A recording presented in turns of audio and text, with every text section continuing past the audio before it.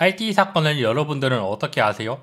전 스트리머들이 홍보를 하다가 IT 설명을 못했다, 사기 아니냐, 이런 느낌으로 알고 있습니다. 그래서 오현민 씨에게 직접 물어봤습니다. 해당 사건의 순서를 배치해야 돼서 뒤에 대화 내용을 올리겠습니다. 여러 생각을 담아두어서 정말 중요한 내용만 요약하고 질문했던 내용은 영상 설명에 넣어두겠습니다. 처음 저의 질문은 이렇습니다. 홍보를 잘못했고 해당 사업에 투자를 한 사람들이 환불까지 했는데 왜 사기가 아닌가? 완화나 해명 당시 코인 발행은 당연한 거다 라는 말은 어떻게 생각해야 하나? 수익 모델이 궁금하다. 유튜브처럼 수수료 장사인 건가? 그런데 이 순서대로 설명하면 여러분들이 위에 제 생각처럼 착각을 하실 수 있습니다.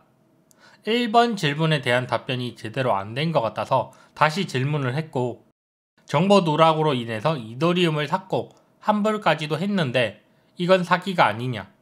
제3자 입장에서는 사기로 보이고 당사자 입장에서 해결이 됐으니 사건이 아닌가라고 질문했습니다. 질문하신 모든 내용에 대해 답변을 드렸습니다.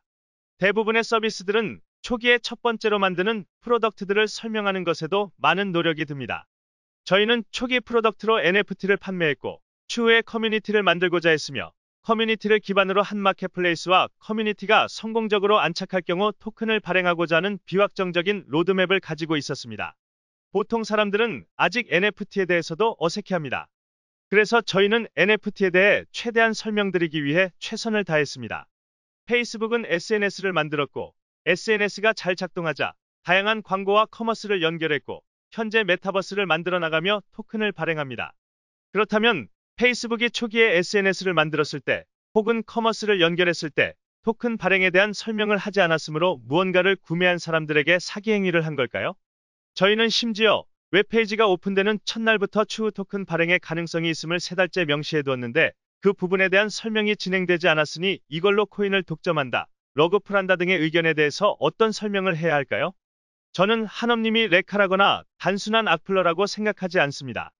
그랬다면 이러한 질문들조차 하지 않으셨겠죠, 당연히. 또한 제가 더 섬세하고 더 친절하게 프로젝트에 대한 설명을 하지 못한 점 역시 인정하고 저의 잘못이라고 생각합니다. 다만 사기를 쳤다 혹은 사기를 기획하거나 부당하게 금전적 이익을 취하려 했다는 것은 허위사실이라는 것을 지속적으로 설명드리고 있음에도 불구하고 이 허위사실을 유포하는 행위는 명백한 범죄입니다. 이 범죄 행위에 대해서 그냥 넘어가면 앞으로도 이러한 허위사실을 커뮤니티에 퍼나르고 유튜브에 영상을 만들어 올리는 사람들은 더욱 더 심각해질 것입니다. 저는 기껏해야 8년차 방송인이지만 그래도 반대로 보면 이 분야에서 8년째 일을 하고 있는 사람입니다. 해가 갈수록 특정 커뮤니티와 악플, 그리고 이제는 레카라는 존재까지 나타나며 유명인들에 대한 기준과 비난이 도를 넘어가고 있음을 느낍니다. 저의 잘못에 대한 비난을 하는 것과 없는 사실을 사실처럼 만드는 행위는 명백히 다르지 않습니까? 저는 후자에 대한 고소를 진행할 뿐입니다. 여기서 선입견을 넣어서 보면 핑계 같지만 초기에 SNS로 홍보를 했었고 이 반응을 보고 이 산업을 진행한 거라고 말합니다. 우리가 아는 사건의 순서가 틀렸다라는 겁니다. 이미 RT에 대한 홍보는 진행했었습니다. 다만 SNS RT 홍보와 스트리머 홍보의 차이가 이렇게 다를 줄 몰랐던 겁니다. 그러니 RT 홍보는 사기가 아니라 오해로 생긴 사건이 맞게 되는 겁니다.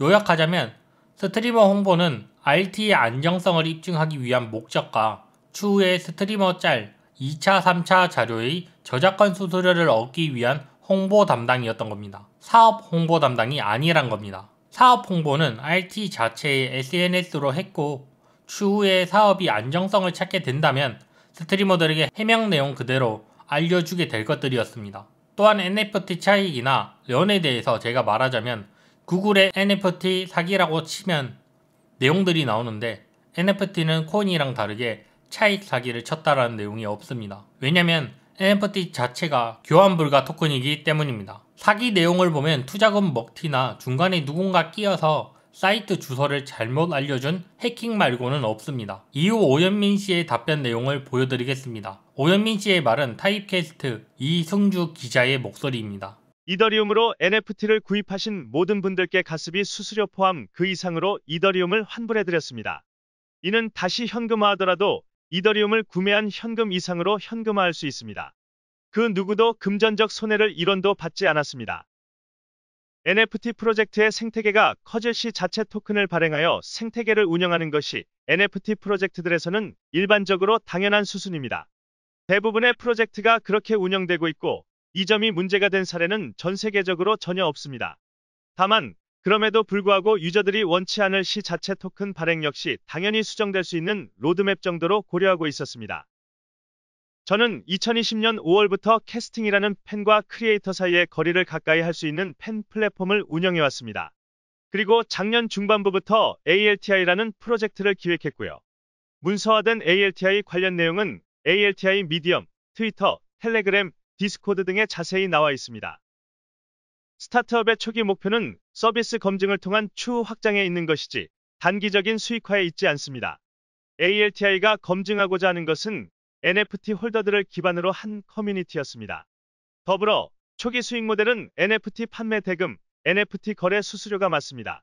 간혹 이 수익 모델이 너무 적다라는 이유로 자체 토큰으로 무언가 금전적 이익을 취할 것이라는 말도 안 되는 억측을 하는데 대한민국의 크리에이터, 인플루언서의 수를 생각하면 이것이 초기 수익 모델로서 적다라는 표현이 맞는지 잘 모르겠습니다. 마지막으로 저희는 토큰 발행 가능성과 더불어 모든 로드맵을 2022년 1월부터 공개 및 공지하였습니다. 모든 로드맵에 대해 상세히 설명이 되지 않았다라는 점에 대해 아쉬움이 있는 것은 사실이나 공식 페이지 첫 장에 3개월간 공개되어 있던 내용, 지속적인 공지 글 작성 등을 통해 공개했던 내용을 숨기거나 은닉하여 부당한 이익을 취하려 했다는 것은 지나친 억측입니다.